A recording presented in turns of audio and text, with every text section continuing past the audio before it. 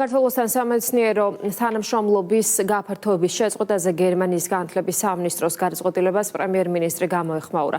მთავრობის მეთაური იმედს გამოთქვამს, რომ გერმანიასა და საქართველოს შორის არსებული ურთიერთობები შეიცვლება. ინფორმაცია გერმანიის გადაწყვეტილების შესახებ სოციალურ ქსელში გუშინ გერმანიის ელჩმა საქართველოში პიტერ ფიშერმა გამოაქვეყნა. ირაკლი კობახიძემ დღეს ელჩი გააკრიტიკა და თქვა, რომ ფიშერი რეალურად ოპოზიციის წარმომადგენელია, ასეთი ბიუროკრატები კი ორ ქვეყანას შორის ურთიერთობას აფუძებენ. აღსანიშნავია ის ფაქტი, რომ გერმანიის ელჩი ეყრდნობა განათლებისა და კვლევების ფედერალური მინისტრის წერილს, რომელიც 20 თებერვლით თარიღდება. ნიშანდობლივია, რომ ეს წერილი გერმანიაში ფედერალური არჩევნების ჩატარებამდე 2 დღით ადრე მომზადდა. არის უკვე აწყვე წარმავალი განათლების მინისტრი, რომელმაც ხუდი მოიქნია სანამ დატოვებს თანამდებობას. მიუხედავად იმ ფონისა, რაც არის დღეს შექმნილი, გერმანიასთან გვექნება მაქსიმალურად მჭიდრო თანამშრომლობა.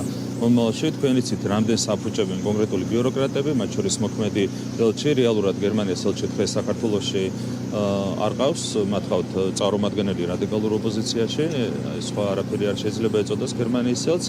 თუ ეს ვითარება უნდა შეიცვალოს, ნახოთ, ჩვენ რა თქმა უნდა მაქსიმალურად ვართ დაინტერესებული გერმანიასთან მჭიდრო ურთიერთობების აღდგენით, როგორც კი შეიცვლება მოცემულობა, მათ შორის საკადრო გადაწყვეტილებები მიიღება განსხვავებული ფორმით, მაშინვე ვფიქრობთ, რომ მიგვექნება პროგრესი ურთიერთობებში.